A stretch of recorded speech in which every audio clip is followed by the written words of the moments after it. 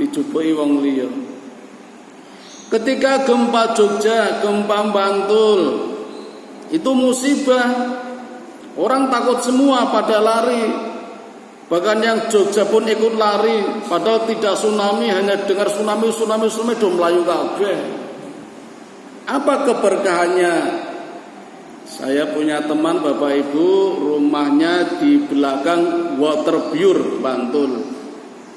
Punya tambak ikan di tengah. Yang kiri punya tetangga, yang kanan punya tetangga. Pas gempa iwae do melompat tengah kabeh. Barokah bagi yang tengah, musibah bagi yang kanan kiri. Murid-murid saya yang rumahnya pakai gede semi permanen, setelah gempa barokahnya rumahnya jadi permanen dari tembok kabeh. Yang tadinya pakai ondel do ganti motor, sing meneng mlaku do nganggo ondel, barokah. Bahkan ada pimpinan saya Bapak Ibu stroke pakai kursi roda, ono gempa melu mlayu, mari, itu namanya barokah. Jadi kita harus yakin dengan adanya musibah, kita sabar, percaya pasti Allah mengiringinya dengan keberkahan. Apalagi setelah musibah, yang namanya berkah sudah menunggu. Termasuk pandemi corona ini kan musibah, pasti banyak berkahnya. Masker dolaris saniki murah, awal-awal iso 1 juta regane niku. Napa malih Bapak Ibu, sembako dadi laris, pulsa wah luar biasa, sekolah do daring kabeh online, pulsane dadi laris. Kula anak 5, kula nggih nganggo pulsa sesasi iso entek pirang juta niku. Dadi laris. Owner pulsanya laris. Ya kalau masih wajar-wajar saja enggak apa-apa. Sing mboten wajar napa Bapak Ibu? Sepeda sebelum pandemi ora ana wong pit-pitan, setelah pandemi kok mendadak nang dalan do berjibun banyak sekali do pit-pitan. Padahal harganya itu sekitar 3 juta, ada yang 4 juta. Orang mau tuku siji, bojone yo nganggo, anake ditukoke pit-pitan bareng. Nek telu wis 9 juta iki, genepe 10 lah. Ya boleh-boleh saja. Ning kok munculnya kok sekarang, enggak kemarin-kemarin sebelum pandemi? Mesti ada apa ini? Ada tren apa ini? Jadi kesannya kan koyo gaya toh. Bahkan melawan perintah. Korbannya masih banyak, masih zona kuning, bahkan oranye atau yang merah, malah dopit-pitan. Ya, ini juga dibutuhkan kesabaran dalam menghadapi, menjalankan perintah, menghadapi musibah. Kalau kita mau adil, saniki diwali, cobi. Ini pas Idul Kurban do tuku wedhus mboten. Iki kula takon karo wong liya, mboten ngalih jenengan. Ini cuma iseng saja. Ketoke sih mboten do dadi sohibul. Ketoke lho. Soalnya jumlah kurbannya kebanyakan menurun. Regane 3 juta nggo tuku wedhus wabot banget. Pit 3 juta malah tuku telu. Nah, ini yang perilaku yang aneh di sini nih, aneh ini. Jadi kita kadang kurang sabar, jarane pandemi malah sugih, jarane ekonomi lemah, perekonomian terhambat nih malah do sugih kaya ngono ini. Bapak Ibu kalau malam ini mau ke Tugu silakan, rame banget nih, jam luar biasa nih. Jarane pandemi corona ini. Jadi kadang aneh negara kita. Tapi memang Bapak Ibu di masa musibah seperti ini ada orang-orang yang diuntungkan oleh Allah, diberikan barokah. Walaupun ada juga orang-orang yang mencari keuntungan di atas penderitaan orang lain. Kalau yang seperti ini saya menamakannya konspirasi. Monggo wallahu a'lam bishawab. hanya Allah yang tahu bahwa pandemi virus corona apakah konspirasi atau memang benar-benar musibah. Apapun yang terjadi kita terima saja dengan kesabaran. Insya Allah Allah melimpahkan barokahnya. Amin ya rabbal alamin. Bapak Ibu, bentuk-bentuk kesabaran seperti ini selamanya akan selalu ada selama manusia hidup di dunia, selama menjadi hamba Allah, selama menjalankan dakwahnya, selama melaksanakan ibadahnya. Karena memang Allah cinta pada orang-orang yang sabar. Innallaha ma'as sabirin. Sesungguhnya Allah bersama orang-orang yang sabar. Nah, maka Bapak Ibu, kalau tadi kita tahu ada 3 bentuk kesabaran, berarti kalau kita bersama Allah siap-siap saja. Pasti akan diuji dengan maksiat, akan diuji menjalankan perintah Allah, dan akan diuji menghadapi musibah. Janjane gampang ning angel Bapak Ibu. Ibarat wayang arep dadi apa? Dadi Arjuna, apa dadi Krishna, apa Kurawa, terserah dalange to Bapak Ibu. Ya udahlah kita serahkan Allah saja, pun Gusti Allah karepen jenengan lah kula tak manut mawon. Itu pahit-pahite kados ngaten niku. Tapi manusia juga tetap berikhtiar. Seperti tadi, meninggalkan maksiat, menjalankan perintah Allah, dan menghadapi musibah dengan penuh kesabaran. Nabi Muhammad sallallahu alaihi wasallam Bapak Ibu sudah lengkap, komplit memanifestasikan 3 bentuk kesabaran tadi selama hidupnya, selama dakwahnya, baik ketika masih di Mekah maupun setelah hijrah ke Madinah. Di Mekah Bapak Ibu dituntut juga bentuk kesabaran yang 3 tadi, dan Rasul pun sudah melakukan semuanya. Di Mekah Bapak Ibu yang namanya maksiat tidak kalah maksiat dengan di zaman sekarang ini. Kalau di zaman sekarang ini kita melihat maksiat yang namanya apa Bapak Ibu? Tempat-tempat lokalisasi dari dulu sudah ada. Wanita-wanita, napa Bapak Ibu? PSK nggih istilahnya. Apa itu PSK? Pesek-pesek. Apa sih jadi lupa saya PSK? Sembulah. Kalau di tempat saya namanya barlon, sing bayar iso kelon. Itu dari dulu sudah ada, di zaman periode Mekah sudah ada. Tokohnya namanya Hindun. Hindun itu seorang wanita, tapi namanya laki-laki, Hindun. Kalau di dalam bahasa Arab kan wanita harusnya pakai tak marbuto, harusnya Hindatun, tapi ini Hindun. Wanita tapi perangainya seperti laki-laki. Bojone we kalah. Sinten Pak bojone Hindun? Abu Sufyan, tokoh Quraisy.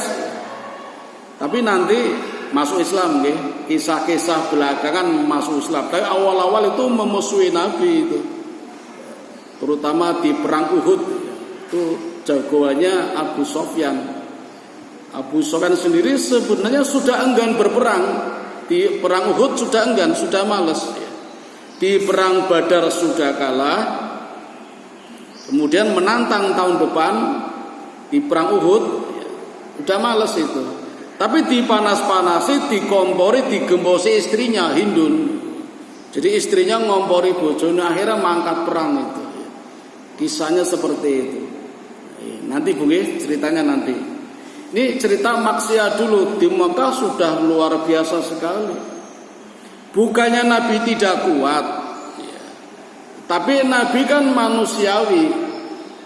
Lebih baik menghindar daripada terjebak.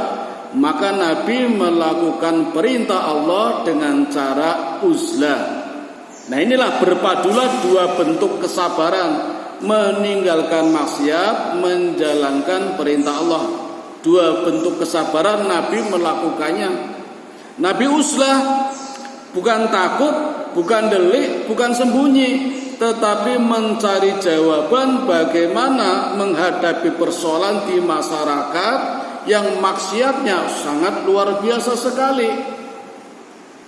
Judinya sehebat-hebatnya judi sekarang kalah, masih hebat judi yang dulu.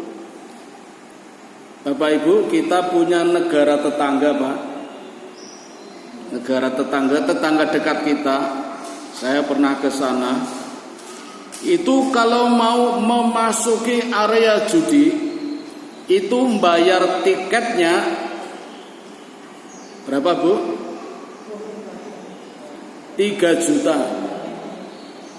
Itu cuma mau nonton aja, nggak ikut judi, nggak, cuma nonton. Itu bayar tiketnya 3 juta. Kalau warga negara asli itu 10 juta. Jadi ada baiknya pemerintah menetapkan tiket mahal untuk warga negaranya daripada warga negara asing.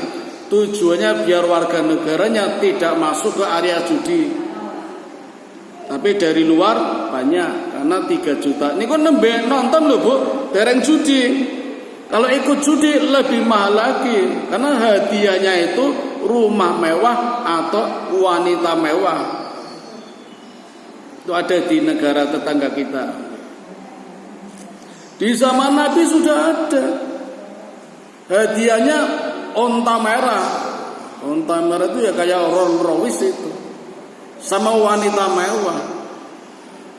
Nah, maksiat seperti inilah maka Nabi menjalankan perintah Allah dengan cara uzlah. Setelah Nabi mendapatkan jawabannya, kembali kepada masyarakat, berdakwah lagi. Bapak Ibu, Nabi mengajarkan kepada kita, apabila kita di masyarakat menghadapi maksiat, maka rubahlah dengan tanganmu, bil yadi. Apabila dengan tangan tidak mampu, dengan lisan, fabil lisan. Dan bila dengan tangan tidak mampu, fabi qalbi, dengan hati. Tapi ingat, dengan hati itulah selemah-lemahnya iman. Maksudnya begini Bapak Ibu, misalnya nggih, contoh kecil di kampung kita, pas kita jalan-jalan kita lihat ada sekumpulan orang yang mengadakan majelis judi. Misalnya, kalau ini kan majelis taklim, ini ada juga majelis judi. Seperti depan rumah saya, Pak. Jangan dikira rumah saya aman. Saya kalau pulang malam jam 2 itu depan rumah, kalau nak tahu ngitung 20 yono niku. Wah, jan. Nggih, Pak. Iki nek tak kamplengi kabeh rame, malah kula sing dadi payak to. 20 do nyekel botol bir angker, wis bir angker meneh niku. Tak laporke, dirapatkan timbale. Wah, bar rapat do bunga-bunga lapor. Ora mung kuwi, Bu, dalu-dalu niku do ngirim nganggo ilmu teluh, ilmu tenung santet, insyaallah. Ya, saya cuma baca ayat-ayat biasa sudah mental kabeh niku. Alhamdulillah saniki pun entek.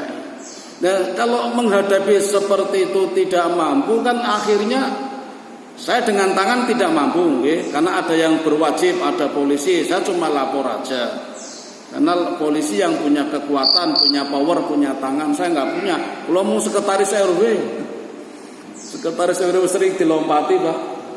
Ini kok warga-warga baru, kalau kaget, kok do duwe C1 saka ngendi, do duwe KTP saka ngendi, ora liwat RT RW, kan kudune nang surat pengantar nggih. Kok ora ana. Lo ngertine pas do keluar dari C1 petil jiwa, kok do duwe, mbiyen pas gawe ora ya. Dilompati sekretaris RW. Mereka yang punya kekuatan, punya tangan, punya power kadang tidak mampu, ya akhirnya saya dengan lisan. lewat pengajian tak sampaikan, lewat khutbah Jumat tak sampaikan, termasuk saya dilaporkan, dirapatkan, dimbali kan dengan lisan berarti. Orang mempan ya akhirnya dengan hati. Dengan hati artinya apa? Meninggalkan arena itu dan merasa tidak setuju. Orang mau nonton. Motor kula nomornya dipasangi metu terus apa? Kalau ngisi pengajian ya sing do ngombe-ngombe. Ustaz, nomornya tak pasangi ya. 2 kali metu nomornya niku. Wajar. Ning kula mboten asal bagian ngono. Alhamdulillah duit panas kok. Entuk ya mung ngombe-ngombe tok. Iki ana sing mati, Bu. Khususnya lumer niku. Ngombe-ngombe terus kok. Apalagi di masa pandemi. Gelas siji wong telu ijol-ijolan ya wis nular kabeh to niku. Niku bir angker, wis bir angker meneh niku. Nah itu Bapak Ibu, jadi selemah-lemahnya iman, dakwah kita ketika kita melihat kemungkaran, ya kita pergi. Kalau kita nonton, sama saja. Ada 10 golongan yang dilaknat Nabi gara-gara minum minuman keras. Mulai dari produsennya, pabriknya, tokonya, distributornya, yang jual, yang beli, walaupun gak minum. Apalagi yang minum, termasuk yang membelikan, sing nyekel kayak botol, sing ngilingan yang gelas, yang nonton semuanya terlibat dilaknat oleh Nabi. Maka kalau ada kita nggak bisa mencegah, ya udah tinggal pergi aja. Itu namanya fabi qalbi, dengan hati selemah-lemahnya iman. Nah, meninggalkan maksiat itu termasuk bentuk kesabaran dan juga menjalankan perintah Allah. Di zaman Nabi sudah terjadi. Makanya Bapak Ibu, termasuk musibah nggih, bentuk yang ketiga musibah.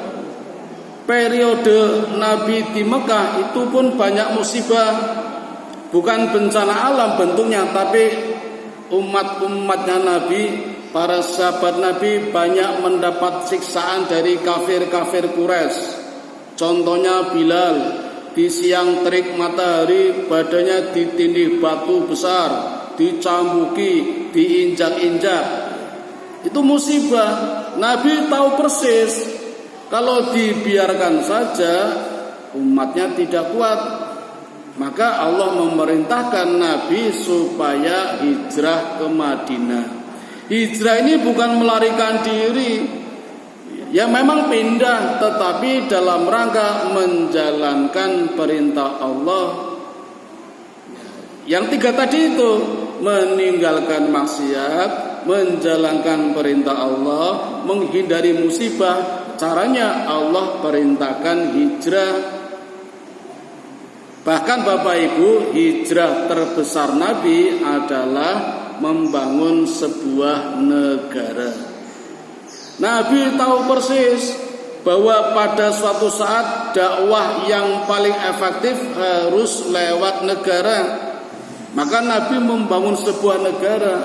Sehingga di Mekah Nabi hijrah ke Madinah itu juga dalam rangka menyusun strategi dan nanti akan kembali kepada ke Mekah. Maka banyak peristiwa-peristiwa yang terjadi ketika Nabi hijrah bahkan setelah hijrah. Ya, Bapak Ibu, konsepnya itu kan ya ayyuhalladzina amanu wahajaru wajahadu fi sabilillah.